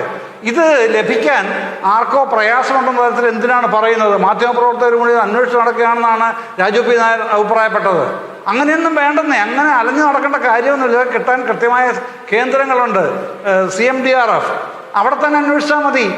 അവിടെ തന്നെ ഇതൊക്കെ കിട്ടുമെന്ന് എന്നിട്ടങ്ങ് പ്രചരിപ്പിക്കുകയാണ്. എന്തിനാണ് പ്രചരിപ്പിക്കുന്നത്? പിന്നെ മറ്റൊരു കാര്യം, രാജൻ ഇരവാദം പറഞ്ഞു. എന്തിനാണ് രാജൻ ഇരവാദം പറയുന്നത്? രാജൻ ആത്മാഭിമാനത്തോടു കൂടിയാണ് ഞാനിത് പറയുന്നത് എന്ന് തന്നെയാണ് പറഞ്ഞത്. ആത്മാഭിമാനം എങ്ങനെയാണ് ഇരവാദമാകുന്നത്? പിന്നെ എന്നെ പീഡിപ്പിച്ച് എന്നെ മുതിർന്ന മാധ്യമ പ്രവർത്തകനായ CPI ഓഫീസിലിരുന്നു കൊണ്ട് ഈ പറയുന്ന, ഞാൻ റഫീഖിലേക്ക് വരാം വേഗം, PC ജോഷിയെയും രാജേശ്വർ റാവുവിനെയും P കൃഷ്ണപിള്ളയെയും ഒക്കെ ഓർത്തു അദ്ദേഹം. എന്നിട്ടാണ് അദ്ദേഹം ഇങ്ങനെ പറയുന്നത്, ഞാനൊരു തൊഴിലാളി എന്ന പേര് കേൾക്കുമ്പോൾ അഭിമാനിക്കുന്നു എന്ന്.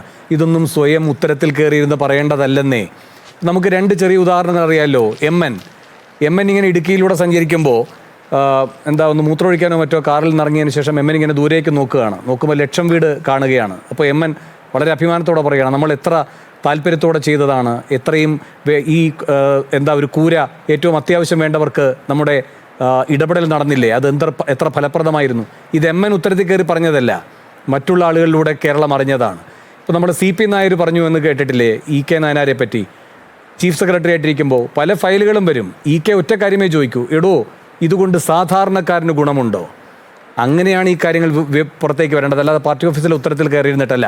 എനിക്ക് വേഗം ഒന്ന് റഫീഖിലേക്ക് പോകണം. റഫീഖ്, ഈ 96 വീടുകളുടെ ഒരു കണക്ക് കഴിഞ്ഞ ദിവസങ്ങളിൽ രാജു പി നായരും പറയുന്നുണ്ടായിരുന്നു, കൈത്താങ് പദ്ധതി രാഹുൽ ഗാന്ധിയുടെ. അത് നിങ്ങൾ ഒളിച്ചു വെക്കുകയാണോ? കൂടാതെ നിങ്ങൾക്ക് യൂത്ത് കോൺഗ്രസിനോടുള്ള വിമർശനം, പിന്നെ മുഖ്യമന്ത്രി മറുപടി പറയണമെന്ന് ശ്രീകുമാർ പറഞ്ഞത്.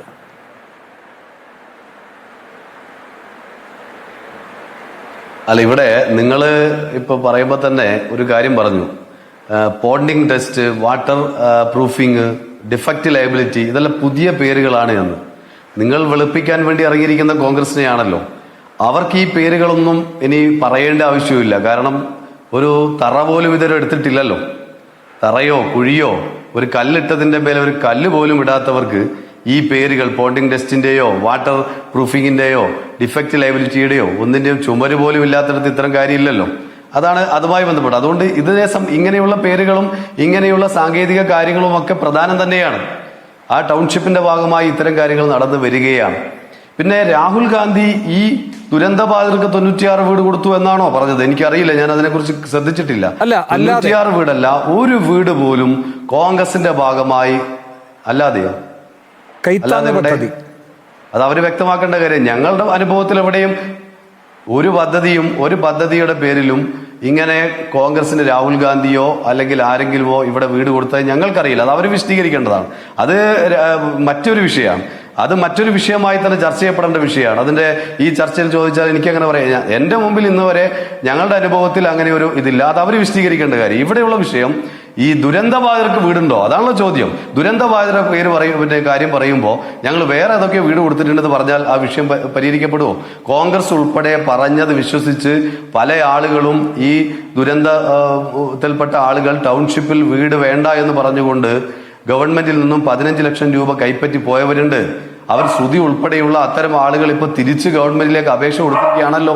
കോൺഗ്രസിന്റെ ഉൾപ്പെടെയുള്ള അല്ലെങ്കിൽ പല ഇത്തരത്തിലുള്ള കോൺഗ്രസ് നേതാക്കന്മാർ വാഗ്ദാനം ചെയ്തതൊന്നും കിട്ടാത്തതിന്റെയൊക്കെ ഭാഗമായി ഇപ്പൊ ശ്രുതി ഉൾപ്പെടെയുള്ള കുറെ ആളുകൾ സർക്കാരിലേക്ക് അപേക്ഷ കൊടുത്തിരിക്കുന്നു.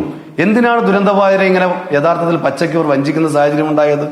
ഇവിടെ യഥാർത്ഥത്തിൽ കോൺഗ്രസ് മരിച്ചവരുടെ പേരിൽ പണം പിരിച്ച് തട്ടിപ്പ് നടത്തി തെരഞ്ഞെടുപ്പിൽ ഉൾപ്പെടെ ഉപയോഗിക്കുന്ന കാഴ്ചയാണ് നമ്മൾ കണ്ടിട്ടുള്ളത്.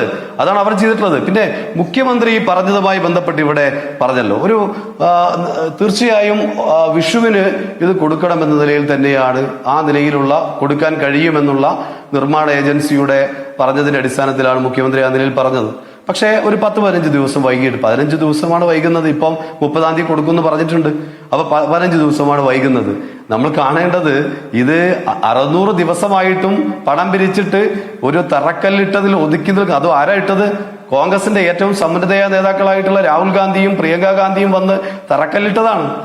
അവിടെ ഒരു കല്ല് പോലും എടുത്തു വെക്കാത്തവരാണ് ഈ 15 ദിവസത്തിന്റെ ഒരു മാറ്റം വന്നതിനെ കുറിച്ച് ചർച്ച ചെയ്യുന്നത്. 15 ദിവസം കൊണ്ട് കൊടുക്കും. അത് അങ്ങനെ ഉണ്ടായ സാഹചര്യമൊക്കെ മന്ത്രി ഉൾപ്പെടെ വിശദീകരിച്ച് ഞാൻ സമയമില്ലാത്തതിൽ കടക്കുന്നില്ല. ഇവിടെ ഇലക്ഷൻ വന്നതിന്റെ ഭാഗമായി തൊഴിലാളികൾ പോയതുണ്ട്, വിഷുവിന്റെ ഭാഗമായി കുറച്ച് തൊഴിലാളികൾ പോയതുണ്ട്. ഇതിന്റെയൊക്കെ ഭാഗമായി ഒരു 15 ദിവസം, കുറച്ച് ദിവസം മഴ വന്നതിന്റെയൊക്കെ ബുദ്ധിമുട്ടുകൾ അവിടെ ഉണ്ടായിട്ടുണ്ട്. ഏതായാലും 30-ാം തീയതി അത് കൊടുക്കുമെന്ന് പറഞ്ഞിട്ടുണ്ട്. എല്ലാ ദുരന്തബാധിതർക്ക് ഇതിൽ വിശ്വാസമുണ്ടെന്നേ, ഈ സർക്കാരിൽ വിശ്വാസമുണ്ട്. മറ്റൊന്ന്, ഇവിടെ പറഞ്ഞതിനെ കുറിച്ച് പറയുമ്പോൾ കോൺഗ്രസിന്റെ നേതാവായിട്ടുള്ള പ്രതിപക്ഷ നേതാവ് പറഞ്ഞ നമ്മൾ ഓർമ്മയില്ലേ, അവിടെ നിർമ്മാണം ആരംഭിച്ചു എന്നാണ് പറഞ്ഞത് അല്ലേ? നിങ്ങൾ ആലോചിച്ച് നോക്കൂ, നിങ്ങളുടെ പ്രതിനിധി ഉൾപ്പെടെ അവിടെ പോയതാണല്ലോ. നിർമ്മാണം ആരംഭിച്ചു എന്ന് പ്രതിപക്ഷ നേതാവ് പറഞ്ഞിട്ട് ഇന്നത്തേക്ക് ഒരു മാസമാവുകയാണ്, ഒരു മാസത്തോട് അടുക്കുകയാണ്. ഒരു മാസമാവുന്നു നിർമ്മാണം ആരംഭിച്ചു എന്ന് പറഞ്ഞിട്ട്. നിർമ്മാണം ആരംഭിച്ചു എന്ന് പറഞ്ഞ സ്ഥലത്ത് എന്തെങ്കിലും ഒന്ന് ചെയ്തോ? വാക്കുകളെ കുറിച്ചൊക്കെ പറയുമ്പോൾ അതുകൊണ്ട് കോൺഗ്രസ് യഥാർത്ഥത്തിൽ നടത്തിയിരിക്കുന്നത് വലിയ രൂപത്തിലുള്ള തട്ടിപ്പാണ്.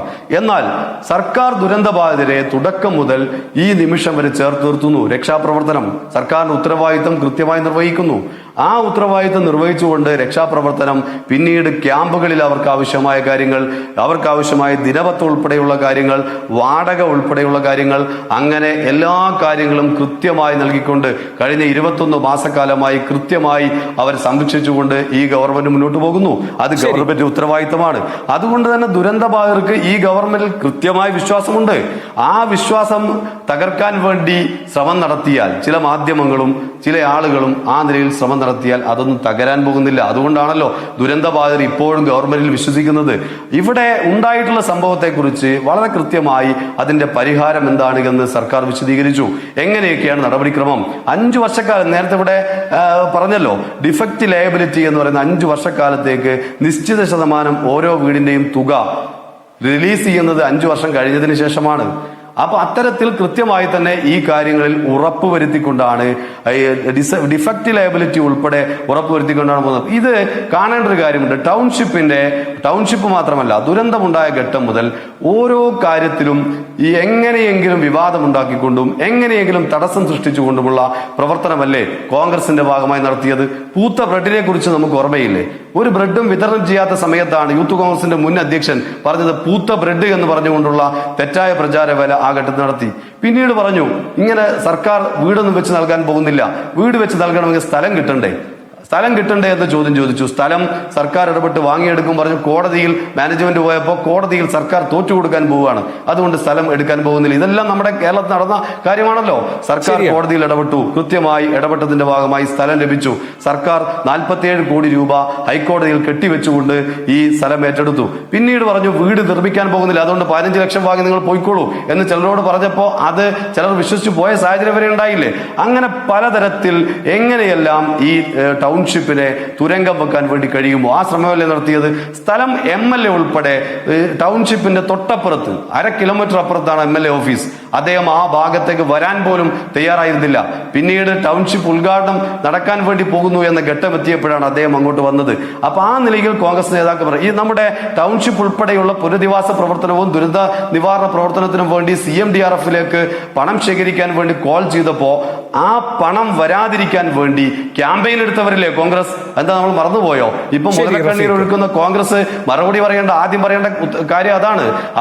ഇതുകൂടെ പൂർത്തീകരിക്കട്ടെ. ഞാൻ പറഞ്ഞത് CMDRFിലേക്ക് പണം കോൾ ചെയ്തപ്പോൾ കൊടുക്കരുത് എന്ന് പറഞ്ഞു. KPCയുടെ അധ്യക്ഷൻ ഉൾപ്പെടെ പറഞ്ഞു കോൺഗ്രസിന്റെ ആപ്പുണ്ട്, അതിൽ കൊടുത്താൽ മതി എന്ന രൂപത്തിൽ പറയുന്നു. NGO അസോസിയേഷൻ ഉത്തരവ് കത്തിച്ചുകൊണ്ട് ഈ സാലറി ചാർജിനെതിരെ ക്യാമ്പയിൻ എടുക്കുന്നു.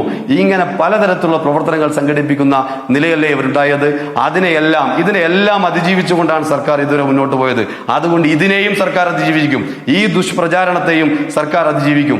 നിങ്ങളുടെ ചർച്ചയുടെ ഹെഡിങ് തന്നെ യഥാർത്ഥത്തിൽ ഉണ്ടാവേണ്ടത് ഈ നിലയിലായിരുന്നില്ല എന്ന വിമർശനമാണ് ഞാൻ പറഞ്ഞത്. ഇരവാദത്തിന്റെ പ്രശ്നമല്ല ഇവിടെയുള്ള വിഷയം. ദുരന്തബാധിതരോട് ചേർന്ന് നിന്നിട്ടുള്ള ഒരു ഗവൺമെന്റിനെ മോശമാക്കി ചിത്രീകരിക്കാൻ വേണ്ടി കോൺഗ്രസ് നടത്തുന്ന ശ്രമം, അതും ഒരു ചെറിയ കല്ല് പോലും ദുരന്തബാധിതർക്ക് വേണ്ടി ഇടാൻ വേണ്ടി ഇതുവരെ കഴിയാതിരുന്നവരാണ് പറയുന്നത് എന്നതാണ് കേരളം ചർച്ച ചെയ്യപ്പെടേണ്ടത്. അതാണ് കേരളത്തിന്റെ മുമ്പിലുള്ള ചിത്രം. അതിനെ ഞാനിപ്പോ റഫീഖിന് തടസ്സമില്ലാതെ സംസാരിക്കാൻ വേണ്ടി ഇടവേള തന്നെ ഈ പരിപാടിയുടെ അവസാനത്തേക്ക് മാറ്റുകയായിരുന്നു. ബോധ്യമുണ്ട്. ശരി റഫീഖ്. രാജു പി നായർ, രണ്ട് കാര്യങ്ങൾ പ്രധാനമായും. ആദ്യം നിങ്ങൾ കൃത്യമായി ഇടപെട്ടല്ലോ. അത് വിട്ടേക്കപ്പാ, കഴിഞ്ഞില്ലേ, നമ്മൾ പരിഹരിച്ചില്ലേ അത്. രാജു പി നായർ, ഈ കൈത്താങ് പദ്ധതിയിലൂടെ 96 വീട് എവിടെയെന്ന് റഫീഖ് ചോദിക്കുന്നു. റഫീഖിന് ആ സ്ഥലം അറിയുന്നതാണ്. റഫീഖ് പോലും കാണാത്ത 96 വീടുകൾ എവിടെ? പിന്നെ ശ്രീ M. ജയചന്ദ്രൻ രാജന്റെ കയ്യിൽ പോലും ഇന്ന് കാണാതിരുന്ന അത്രയും കൃത്യമായ സ്പ്ലിറ്റപ്പ് പറഞ്ഞിട്ടുണ്ട്. എങ്ങനെയൊക്കെയാണ് ഈ കോൺട്രാക്ട് അവാർഡ് ചെയ്തിരിക്കുന്നതെന്ന് ശ്രീ രാജു. വേണു, ഞാൻ പറയാം, കൈത്താങ്ങിനെ സംബന്ധിച്ച് ഞാൻ കൂടുതലായിട്ടൊന്നും പറയുന്നില്ല. 94 വീടുകളാണ്, 94 വീടുകൾ. അതിൻ്റെ താക്കോൽ കൈമാറ്റ ചടങ്ങിൻ്റെ ഉൾപ്പെടെയുള്ള ഡീറ്റെയിൽസ് വേണമെങ്കിൽ ഞാൻ അയച്ചുതരാം.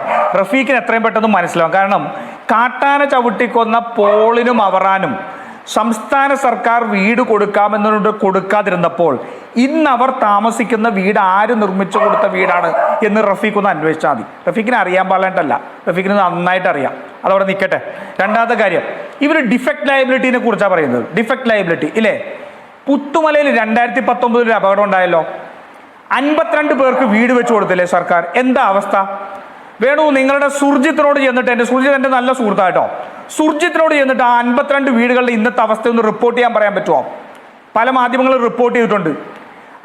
ഇന്നലെ നൗഫൽ ഒരു ചർച്ചയിൽ പങ്കെടുത്ത് പറഞ്ഞത്, പുത്തുമലയിൽ ഈ വീട് കിട്ടിയവർ ഞങ്ങൾ പറഞ്ഞു ഞങ്ങൾക്ക് സംഭവിച്ചത് നിങ്ങൾക്ക് പറ്റരുത്, അതുകൊണ്ട് ശ്രദ്ധിച്ചോണം എന്ന് പറഞ്ഞു എന്നാണ്. പുത്തുമലയിൽ 52 വീടുകളും ചോർന്നൊലിച്ചുകൊണ്ടിരിക്കുക. അവർ ഇതിന്റെ പുറകെ നടന്നിട്ട് ഒരു പരിഹാരവും ലഭിച്ചില്ല. അവരെടുത്താണോ നിങ്ങൾ ഡിഫക്റ്റ് ലയബിലിറ്റി പറയുന്നത്? ഇല്ലേ? പിന്നെ രണ്ടാമത്തെ കാര്യം, റഫീഖ് ഇവിടെ തന്നെ സംഭവിച്ചു.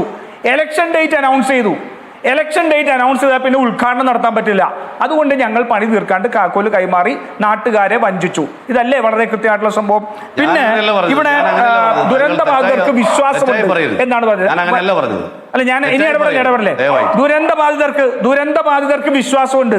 വേണു, നിങ്ങളുടെ ആർക്കൈവ്സിൽ നോക്കൂ. ഈ ദുരന്തബാധിതർ വയനാട് കളക്ടറേറ്റിൽ സമരം ചെയ്തപ്പോൾ പോലീസിനെ കൊണ്ട് തല്ലിച്ചവരല്ലേ? റഫീഖിന് കുറച്ചുകൂടി വ്യക്തമായിട്ട് ഞാൻ പറയാം. റഫീഖിന്റെ പാർട്ടി കമ്മിറ്റിയുടെ കീഴിലുള്ള ഒരു ബ്രാഞ്ച് സെക്രട്ടറി, പേര് ഞാൻ പറയുന്നില്ല, CPM ഇനി അവന്റെ കൂടി തന്തയ്ക്കും തള്ളയ്ക്കും വിളിക്കാതിരിക്കാൻ വേണ്ടിയാണ്. റഫീഖിന്റെ ബ്രാഞ്ച് സെക്രട്ടറി സെപ്റ്റംബറിൽ പ്രിയങ്ക ഗാന്ധി എത്തിയപ്പോൾ അവിടെ വന്ന് ചൂരൽമല അപകടത്തിൽ അതീവ ഗുരുതരമായിട്ട് പരിക്ക് പറ്റിയ സർട്ടിഫിക്കറ്റുള്ള 13 പേർ ഞങ്ങൾക്ക് ചികിത്സാ സഹായം വിംസിൽ നിന്ന് ലഭിക്കുന്നില്ല എന്ന് പരാതി പറഞ്ഞവർ അങ്ങയുടെ ബ്രാഞ്ച് സെക്രട്ടറിയില്ലേ? പ്രിയങ്ക ഗാന്ധി ആ ബ്രാഞ്ച് സെക്രട്ടറിയും കൂടെ കൂട്ടിയല്ലേ സെപ്റ്റംബറിൽ കളക്ടറേറ്റിൽ പോയി കളക്ടറുടെ മുന്നിൽ വെച്ച് സിദ്ദിഖ് MLA കൂടെ ഇരുത്തിക്കൊണ്ട് ആ പ്രശ്നത്തിന് പരിഹാരം കണ്ടത്? നിങ്ങളാണോ പരിഹാരം കണ്ടത്? നിങ്ങളുടെ ബ്രാഞ്ച് സെക്രട്ടറി. വേണമെങ്കിൽ റഷീദ് നിശ്ചയിച്ചാൽ ഞാൻ പേര് പറയും, നിങ്ങൾക്ക് പോയിട്ട് അവിടെ റെക്കോർഡ്സ് പരിശോധിക്കാം. ഇതല്ലേ സംഭവിച്ചത്? വേണു, 606 കോടി രൂപ CMRDF കിടപ്പുണ്ട്. 606 കോടി രൂപ. എന്താ 778 കോടി രൂപ കൊടുത്തതിൽ 146 കോടി മാത്രമാണ് ചെലവഴിച്ചത്. ആർക്ക് വേണ്ടിയിട്ടാണ് ഈ 606 കോടി വെച്ചിരിക്കുന്നത്? അണ്ണയ്യനെ റഫീഖിന് അറിയാൻ പാടില്ല. അണ്ണയ്യൻ ഇന്ന് എങ്ങനെയാണ് റഫീഖ് അവിടെ ജീവിക്കുന്നത്? കൽപ്പറ്റയിൽ ഓട്ടോറിക്ഷ ഓടിച്ച് ജീവിക്കുകയാണ്. 130 രൂപയാണ് വരുമാനം ഒരു ദിവസത്തെ. അറിയോ? ക്യാൻസർ ബാധിതനാണിപ്പോ, ക്യാൻസർ ബാധിതൻ. അയാൾ പറഞ്ഞ ഞങ്ങളോട് പറയും, ഞങ്ങൾ അവിടെ ചെന്നപ്പോൾ ഞങ്ങളോട് പറഞ്ഞ ഈ കഴിഞ്ഞ സെപ്റ്റംബർ, പണ്ടൊന്നുമല്ല, ഈ കഴിഞ്ഞ സെപ്റ്റംബറിൽ ഞങ്ങൾ അവിടെ ചെന്നപ്പോൾ ഞങ്ങളുടെ പറഞ്ഞ ഞങ്ങൾക്കൊന്നും നിങ്ങൾ ചെയ്യണ്ട, ഈ സർക്കാർ ഒന്നും ചെയ്യണ്ട. എൻ്റെ 2.5 ഏക്കർ കൃഷിസ്ഥലമുണ്ട്. അവിടെ വന്നടിഞ്ഞിരിക്കുന്ന കല്ലും മരവും മണ്ണും മാറ്റി തന്നാൽ ഞാൻ കൃഷി ചെയ്ത് ജീവിച്ചോളാം. No go സോണാണ്. അവിടെ വീട് വെക്കണ്ട, അവിടെ അവരെ താമസിപ്പിക്കണ്ട, ഫാക്ടറി ഉണ്ടാക്കണ്ട, ഒന്നും വേണ്ട. അവിടെ ഞങ്ങൾക്ക് ഇതൊന്നും മാറ്റി തന്നാൽ മതി. മാറ്റി കൊടുക്കാൻ പറ്റുമോ റഫീഖ്? റഫീഖിനെ അടച്ചപ്പോ കളക്ടർ എന്താ പറഞ്ഞത്? നിങ്ങളുടെ ചെലവിൽ വേണേൽ നിങ്ങൾ മാറ്റിക്കൊള്ളാൻ പറഞ്ഞു. ഇല്ലേ, മാറ്റിക്കൊള്ളാൻ പറഞ്ഞു. അദ്ദേഹം പറഞ്ഞു എനിക്ക് പെട്ടെന്ന് മാറ്റി തരണം, നിങ്ങളുടെ ചെലവിൽ വേണമെങ്കിൽ മാറ്റിയാൽ കുഴപ്പമില്ല. 10ഉം 20ഉം മീറ്റർ കിടക്കുന്ന കല്ലും മണ്ണും. ഞങ്ങൾ ചോദിച്ചു ഇത് മാറ്റണമെങ്കിൽ എന്ത് ചെലവ് വരും? അദ്ദേഹം പറഞ്ഞു ഞാൻ എടുക്കാം. അപ്പൊ മറ്റൊരാൾ പറഞ്ഞു പറയട്ടെ, അല്ല തീർന്നിട്ടുള്ള വേണു. പിന്നെ ജയചന്ദ്രൻ 299 കോടിയുടെ കണക്ക് പറയുന്നുണ്ട്. എവിടെയാണ് ഇതിന്റെ എസ്റ്റിമേറ്റ് ഉള്ളത്? ഈ എസ്റ്റിമേറ്റ് വേണുവിന് ലഭ്യമാണോ? ഇതിന്റെ ഡീറ്റെയിൽഡ് എസ്റ്റിമേറ്റ് കൊടുക്ക്. നിങ്ങൾ പറയുന്ന 100, 1 കോടി, 5 കോടി, 10 കോടി ഡീറ്റെയിൽഡ് എസ്റ്റിമേറ്റ് ഇതാ. വേണു 773 കോടിയിലെ CMDRF-ൽ വന്നതിന് പുറമെ 1000 കോടി രൂപ ഈ സർക്കാർ ലഭിച്ചിട്ടുണ്ട്. 1000 കോടി രൂപ. ഞാൻ കണക്ക് വേണേ പറയാം. ഈ PIU-ലേക്ക് DYFI കൊടുത്തതും കർണാടകയിലെ സിദ്ധരാമയ്യ സർക്കാർ കൊടുത്ത 40 കോടിയുണ്ട്. എന്താ കണക്കിൽ വരാത്തത്? എന്തുകൊണ്ടാണ് നിങ്ങൾ കണക്കിൽ പറയാത്തത്? 120 കോടി കിട്ടിയില്ലേ ഹൈക്കോടതി ഇടപെട്ട്? എന്താ പറയാത്തത്? ഷാസി ഫണ്ടിൽ നിന്ന് 256 കോടി കിട്ടിയില്ലേ? 529 കോടി വേറെ കിട്ടിയില്ലേ? എന്നിട്ട് നിങ്ങൾക്ക് ആ ബെയിലി പാലത്തിന് പകരം പാലം സമയമെല്ലാം കഴിഞ്ഞിരിക്കുന്നു. പിന്നെ റഫീഖിന് പരിഭവം ഉണ്ടാവാതിരിക്കാൻ വേണ്ടിയാണ് വേഗം 30 സെക്കൻഡ്. ശരി ശ്രീ രാജു ഒന്ന് സഹകരിക്കണം. തകർന്ന സ്കൂള് കഴിഞ്ഞിട്ടുണ്ടോ? ശരി ശ്രീ രാജു ഒന്ന് സഹകരിക്കണം. അവസാന ലാപ്പിൽ പച്ചക്കളവ് ഇങ്ങനെ പറഞ്ഞതുകൊണ്ട് കാര്യമില്ലല്ലോ. അവസാന ലാപ്പിൽ കോൺഗ്രസിന്റെ പ്രതിനിധി പറയുകയാണ്. ഓരോന്നായി വിശദീകരിക്കാൻ കൃത്യമായുണ്ട്. ചികിത്സാ സഹായം സർക്കാർ നേരത്തെ തന്നെ കൃത്യമായി വ്യക്തത വരുത്തിയിട്ടുണ്ട്.